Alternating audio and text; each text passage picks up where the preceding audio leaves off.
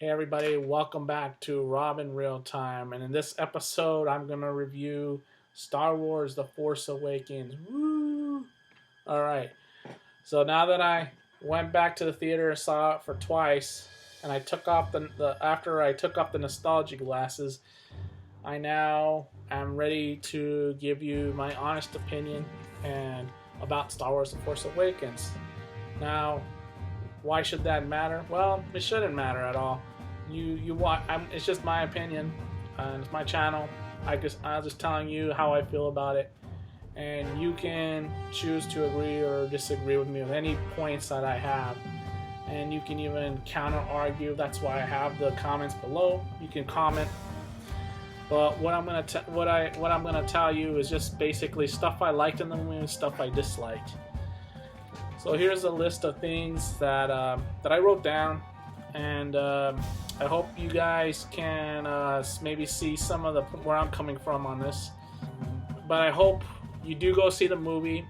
I did find it, in general, this movie is very enjoyable. But like any movie, we have to, just see what, we have to take the good things with the bad, and I'm just reviewing and discussing it, and just opening it up to a discussion. Maybe it opens up a discussion. So like some of the things I like aesthetically with the new movie is the fact that the stormtroopers. I like that stormtrooper new design. That's not a spoiler there. I'm gonna have to put down a spoiler. Because a lot of the stuff I'm going to talk about is going to reveal critical plot points in the movie. So if you haven't seen the movie, you should probably stop watching this video and go watch the movie and come back to this video, hopefully, how you felt about it, or what things you don't see eye to eye with me on stuff. And that's cool, man. It's cool. We don't have to agree on everything, But yeah, I like the stormtroopers. The stormtroopers look really cool. I like their new design. In fact, I think their helmet looks a little bit cooler than the originals. So that's just my honest opinion. The Millennium Falcon. The Millennium Falcon essentially is the same. Only thing they changed is the radar dish. But it was cool seeing it again. And I felt it was really neat. And it's an iconic piece. It's kind of Knight Riders and Knight Rider without kit. And David, without the Hoth, there needs to be a kit with the Hoth, Same here with Han Solo and Chewie. You need to have the Millennium Falcon. And if you don't have the Falcon there, you might as well just fucking not call it Star Wars, okay? Okay, now we have the X-Wing and the TIE Fighters, the new designs for them. I do like the new designs. They're really neat. They're slightly modified, but not too much. They are still iconic looking and they still hold true to the original 3 movies that we're accustomed to. The one thing I noticed there, I got this when I first saw the movie. I got this planet confused, and even the second time I got confused. It's not until I came home and I did the homework that I realized that it wasn't what it appeared to be. I thought that desert world was Tatooine, and obviously I was wrong. In episode 7, that desert world that we see Rey in, it's actually called Jakku. And they mentioned Jakku, but it just didn't stick with me, because when I saw that desert world, I associated with Tatooine, because I just associated desert world with Tatooine. But in Star Wars, the universe is so big. The Star Wars universe is so big. Apparently, there can be more than one type of desert planet in the universe. So yeah, that's Jakku. Interesting enough, a good discussion point I would like to see is like, what I liked about Jakku is it was a giant wreckage yard. I mean, you saw these Star Destroyers sunk into the sand. TIE Fighters, X-Wings. Rey you saw Rey, and she was like she was eating food right by her home, which was a derelict AT-AT walker, which was cool. And that made me believe like what happened. Like this discussion point is like, what I wanted to see that battle over Jakku, dude. Like where was that? I wanted to see, like, it would have been cool if they just showed me like a 30 seconds of like a battle going on, and how you see these starships crashing into the surface of Jakku. What transpired in that battle? Like, because this is a giant. Jakku turned into a giant ecology center. Like, Rey essentially is working for ecology, like picking up scrap material, scrap metals, just like we in our day we would, when we're trying to hustle and get a buck, we're just us recycling aluminum cans and irons and metals and taking it down to a recycling center and having them pay per the pound on it, which is pretty, that is really cool. And I'm like, you felt bad for Rey because, living like that, you kind of root for this girl. Like, oh man, she's got to get out of this. This poor girl. She needs to get out of this dead end planet. Okay, so going on with what I liked. I like the alien beasts and creatures and animals. I like the ecosystem they showed. The animals, the aliens didn't look too strange, not too strange at all. Like, they actually looked like they would fit in the Star Wars universe.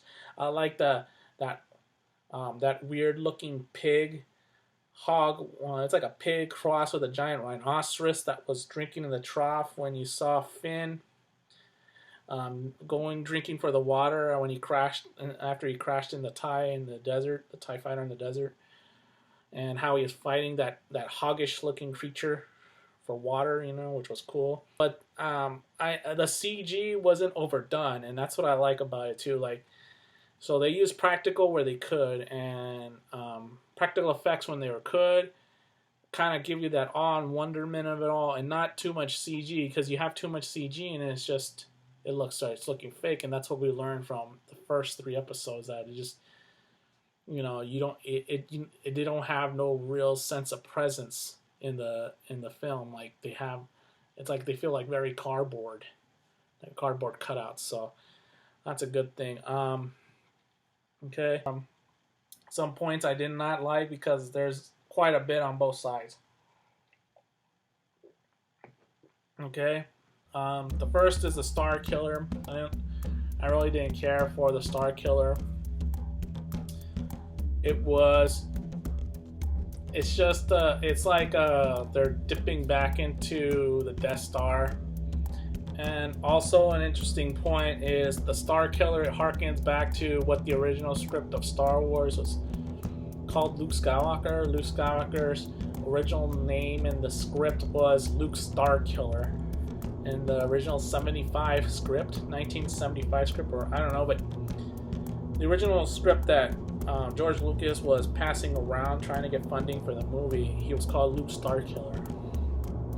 So they kind of used that Starkiller name and attached it to that. I just didn't like what I didn't buy was the physics of how the Starkiller worked. I know it's supposed to be like a giant vacuum, and it sucks the shit out of the sun, drains it, shoots and spouts it out through its mouth, and then shoots it out its asshole out the Starkiller, and it shoots it out of its asshole, and it's supposed to kill 3 or 4 planets in the Hosnian Prime system, which I had to look this up on the web because no way I can remember this stuff, but I took it down from my notes here. And it just in one shot, it turns one laser beam, breaks out and turns into 3 or 4. So I'm like, huh? Like, and it's not even a laser beam. It's more like a solar flare. So how do you control a solar flare? Like if I was controlling a flame of fire in my hand, like, I couldn't control where the little flames are moving. I can control like the fireball, but I couldn't, and where the ball's going. But the flames are just being controlled by the oxygen it's burning. So in the same way, we're talking about something that's burning in space. in a vacuum. Again, suspension of disbelief. It's Star Wars. All right. So, but again, I didn't buy that how that thing was. Um, Another thing is the Starkiller is they're supposed to be running on something called phantom energy beam, and that's how the physics of this thing works. If they have this phantom energy, which I was reading up on it, and it didn't make too much sense. So, I just don't buy it. So I'm not gonna prescribe that idea. As far as the aliens, there was the alien that I care about was she was kind of like supposed to be a nice, endearing character for Rey. I forgot the name of the character, but you'll know who she is. She's the little female character alien that had these big goggles, and she's always adjusting them, and her eyes get bigger or smaller. And then she finally takes them off, and she has these real small, tiny eyes, and this just a strange look. But I guess they're just trying to vary the aliens up. But she was apparently that was a close friend of Han Solo's, and she ran that cantina. So that's one thing. Okay. Okay. So yeah. Okay. So now let's go back to some more positive points of Star Wars that I liked, because I kind of went near halfway down the points I didn't like. Now I'm going back to the positive points. This is where the movie shines. The movie shines by the performances of the actors, the players involved, and the movie shines because these new actors, they could have blew it. They really could have, but they acted their little hearts out. So we really bought the idea of that. So even though the movie had some flaws and plot holes, I think the performances of the characters really saved this movie. Kind of like what the original Star Wars was about. You had good actors in the original Star Wars. You had a good cast of people, good actors. And even though, again, the story wasn't perfect, there's a lot to be said for how good actors can make the movie more than what you have. That performance can be so good that it overshadows a lot of the shortcomings the movie has. So the same can be said in The Force Awakens. They have a really good cast. Adam Driver is Kylo Ren. Excuse me. Adam Driver is Kylo Ren.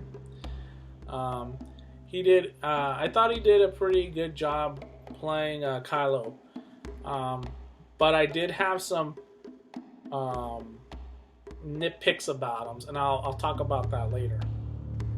But he did play a pretty convincing bad guy. Daisy Ridley as Rey. She stole the show, like other people have said in their YouTube videos. She did steal the show. She was very, very pretty. Like I couldn't take my eyes off her. She was so pretty. And her performance was amazing. Like you really felt for her, and you saw a lot of emotion in her eyes, and she made you believe that she was Rey, and she was that girl stuck on that world that just wants something better. You kind of, you feel bad for Rey, because you're like, you want this girl to get out of this Jakku, because she ain't gonna go nowhere in Jakku, So, and she was struggling, So it's kind of reminded me of the girl from Flashdance, except without the nudity and the stripping, which would have been more interesting, But yeah. See, John Boyega as Finn. Now, John Boyega, I thought he did an excellent job too. He was interesting. He was comedic. He has a great comedic character.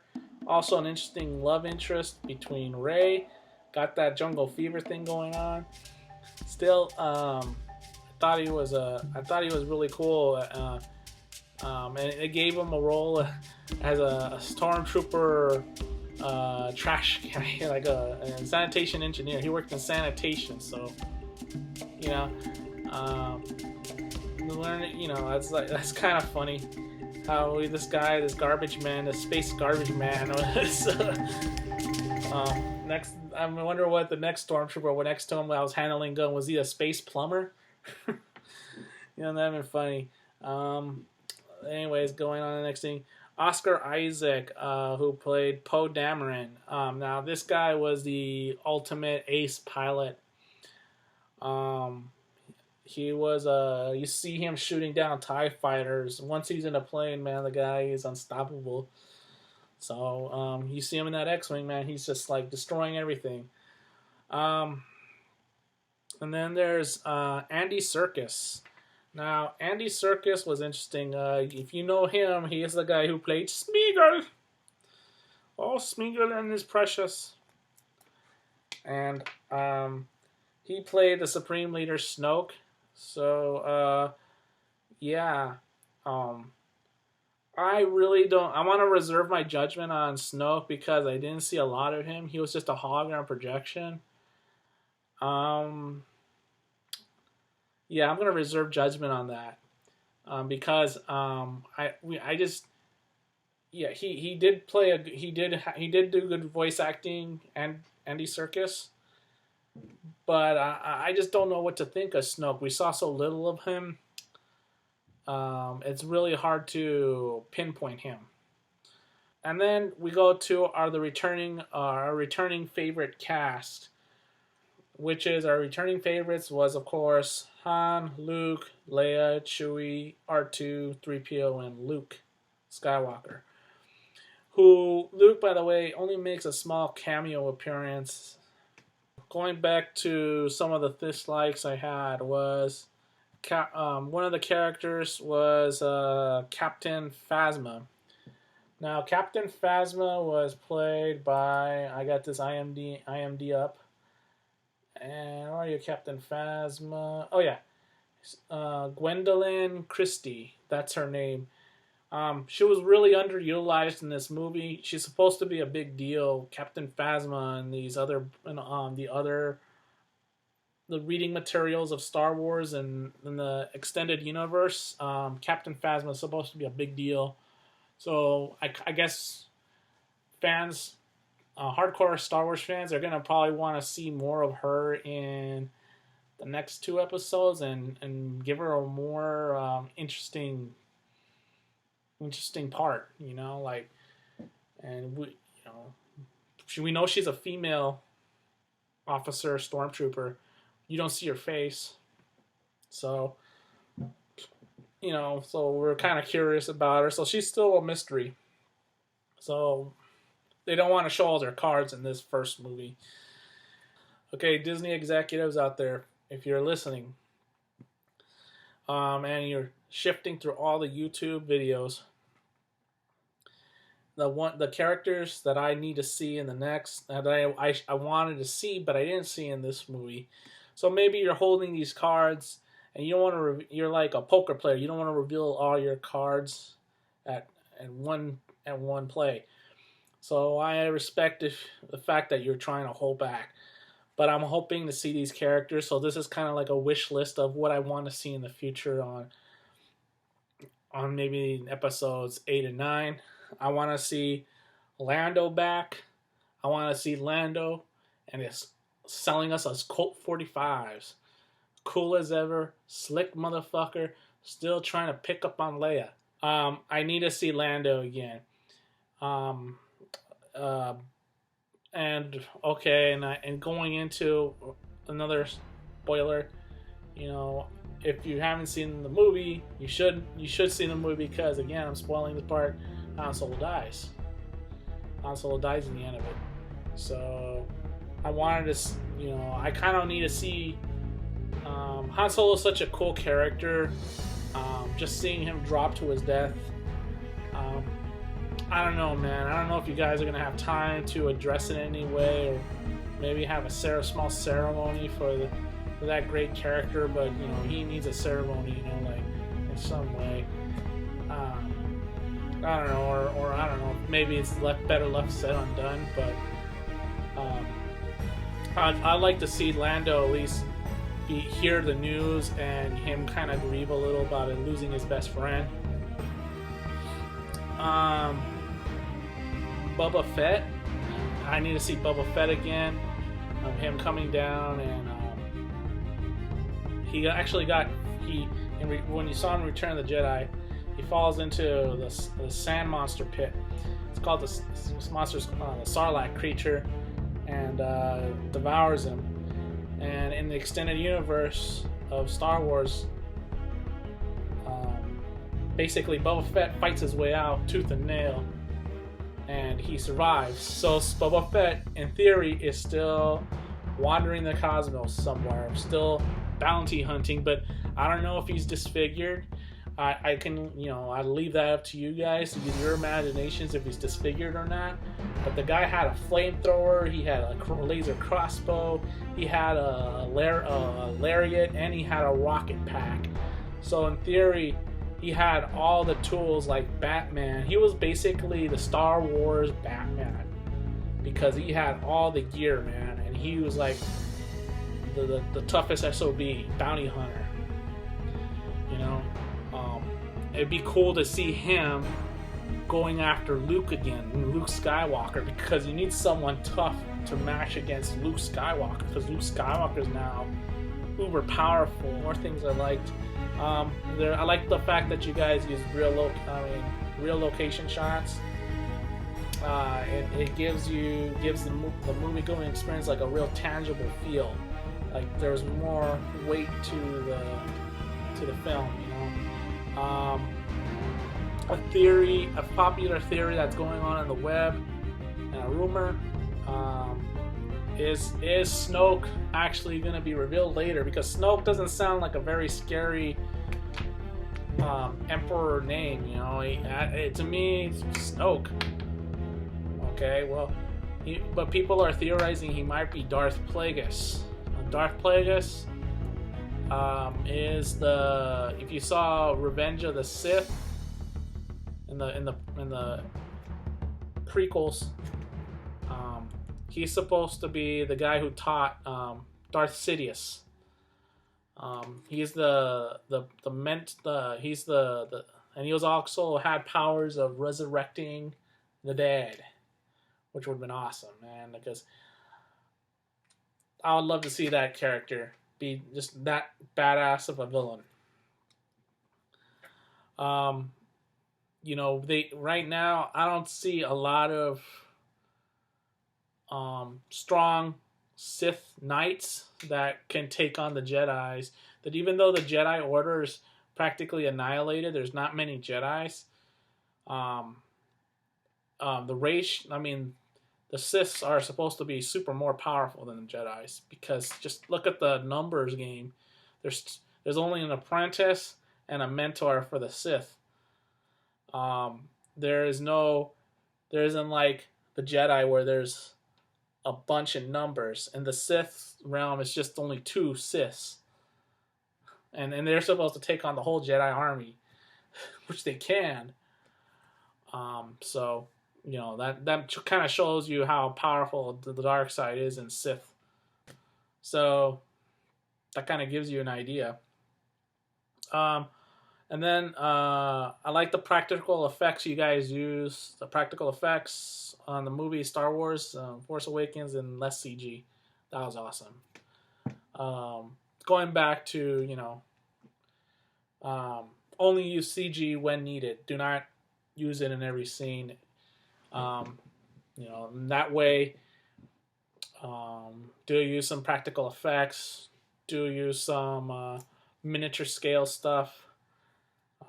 You know, yeah, it's a little more pricier, but the results and the end of the movie the art form looks better in the long run. It holds up better. Let's see, and okay, now, and then my final two nitpicks, and then I'm pretty much done. And these are small. I really didn't like when Kylo Ren was throwing those little temper tantrums as a Sith. He needs anger management, man. Like, he was really like throwing a lot of temper tantrums. He just was so sniveling, and I hate him when he did that. To be a really good Sith, like Darth Maul, or these guys are cold-blooded killers. They don't let the enemy frustrate them. They just do their mission, and they're very cold and methodical that way. It kind of shows me a bit of weakness. But Kylo Ren, man, he was very emo, and I really hated the part when he killed Han Solo. I was so pissed. That made me so pissed when he killed Han. But if Han was gonna go down, it had to be in a moment of weakness, like him just trying to save his son like that. Because he's such a good gunslinger, Han Solo. I don't know if he could probably. I don't know if he could actually take on most Siths, but Han is pretty tricky. He's very clever, so it had to be a moment of emotional weakness in his end. Just him trying to reach out to him. It was sad to see a great character like Han Solo leave us, but he went away. He went in a way that he was trying to be a good dad, and I think that's kind of a fitting way for a bad guy smuggler. He pretty much lived the life of a criminal, and Han Solo pretty much lived the life of a criminal, being a smuggler. Being a smuggler, you're always breaking laws. You're always trying to break embargoes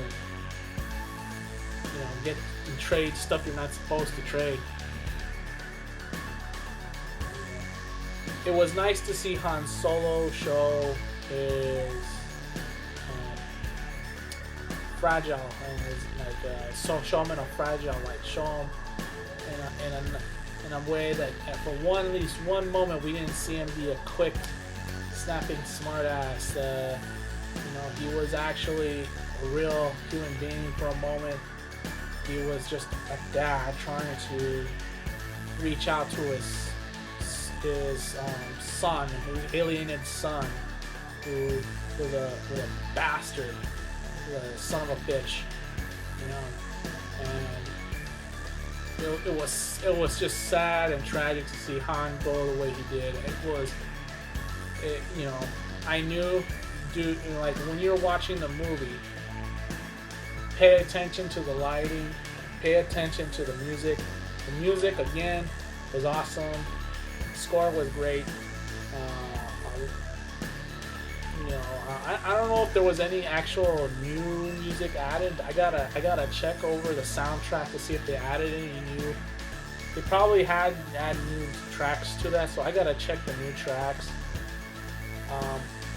But there's more people in Star Wars fans that are more hardcore that they could tell you off the top of their head. For me, I'm not so much. But I'm just telling you what I experienced as an average Star Wars going guy. But yeah, man, when I saw Han Solo, man, that was the hardest part for me to swallow. The hardest pill to swallow was that reality pill of no more Harrison Ford, no more Han Solo.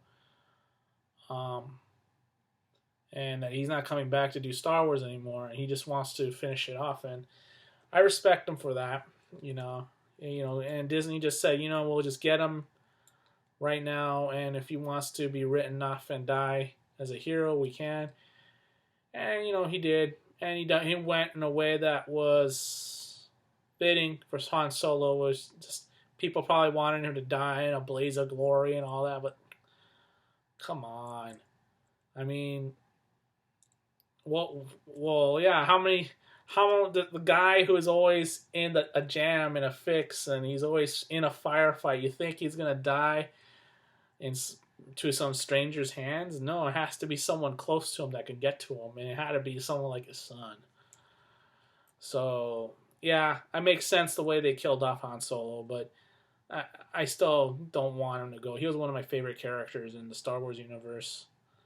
I'm gonna miss that, and that really is very tragic. That's what was kind of made a very somber feel to the movie, Um, and then another nitpick is, okay, so what happened to the Y-Wings and the B-Wings and the A-Wings? Were they all put out of production? Were they all destroyed? Because basically I just saw a lot of X-Wings in the fight. When they're trying to do the bombing run on the Starkillers, I'm thinking, where are the Y-Wings and where are the B-Wings? They need those heavy bombers. Those are the ships that are the heavy bombers in the Rebellion days. You saw them in Return of the Jedi. You saw the B-Wings in Return of the Jedi. You saw the A-Wings and the Y-Wings and the other three. In the original, all the trilogy, but the B-Wings were the bombers that came out in Return of the Jedi, were new, and they look pretty cool. There were no Y-Wings, no B-Wings, and no A-Wings. I didn't see any of those. Maybe there was an A-Wing. You know what? Correct me on the down below if you saw an A-Wing. I think I might have saw an A-Wing now that I think about it. I don't know. Did I see an A-Wing? Huh. You know what? I don't know. Okay, maybe the A-Wings were in there, but I definitely would have recognized the Y-Wings and the B-Wings, and they weren't there. And those are the heavy bombers. And how are you going to do a bombing run without those quintessential fighters that you have your bombers? So basically, guys, I want in 8 and 9. Show me, maybe you don't want to show all your cards at once, and maybe you want to show what the new Y-Wings look like and the new B-Wings look like. So, show me those, and maybe that'll satisfy my thirst there. New bombers, new planes. Show us what the new Star Cruisers look like. That'd be awesome. So this video is run. Okay, it was nice talking to you guys about Star Wars, and I hope you guys I really enjoyed the movie. I thought it was really cool. It was fun to watch it again, and also it was fun to watch it again, even though I didn't have the nostalgia goggles on. I still found the movie enjoyable and fun, and it's very funny. There's a lot of upbeat moments, and then there's tragedy in the end, and it leaves you wanting more, and that's good because you're going to get 3 movies out of this, so you want more, guy. So, anyways, yeah, Star Wars ended in a somber moment, and it was kind of sad. When you saw the Starkiller be destroyed, you're like, oh, wow, that's a relief. But it's sad that no more Han Solo. That's what I was thinking. And the only part I felt gratification for is when Chewbacca used his laser crossbow and fired a shot at Kylo Ren and wounded him. And I'm like, oh, get that son of a bitch. I was hoping. Now, this would have been maybe too much for all the hardcore Star Wars fans to handle. But this is what I would have done if I had my hands on that script for a little bit. I would have had Chewbacca jump down and go after Kylo, and Kylo somehow overpowers Chewbacca and stabs Chewbacca and kills Chewbacca too. That way you lose Han and Chewbacca. Would that have been too much? But I think, but within the fight with Chewbacca, maybe Chewbacca gets a few slugs in, or maybe, and then maybe he peels all the skin off his face or something. At least Kylo Ren horribly more disfigured, leaving him no more reason to wear the mask. But that would have ruined what happened later in the movie. Later in the movie, we saw Kylo Ren goes against Rey, and there's this dual good-looking boy, and then when he takes off his mask, he doesn't need to even cover up his face, really. But Kylo Ren, when Rey, I guess he does that one stroke, gashes his face across here. Now he has a battle scar from the lightsaber. So now he might be, he has this deep gash. Now he looks like now he's tough. So let's see how that wound heals up between now and the next movie. And should be something interesting to see with Kylo Ren's character. So yeah, I think that's it about what I have to say about Star Wars for this part. I think it was a good movie, and I think you should check it out. This is it. I hope you guys enjoyed my review, my take on Star Wars Force Awakens. Just comment below. Tell me what you think. Tell me what you liked and what you didn't like. Tell me one big thing. Tell me the biggest pet peeve that you had that you did not like. One thing you did not like, and one thing you did like. And because in all movies we can all find one thing we did like and one thing we didn't like. So that's it, and I'll leave you with that thought. Thanks for tuning in to Rob in Real Time, and I'll be back to you real soon, with maybe another Star Wars related topic video, and I'll see you until next time.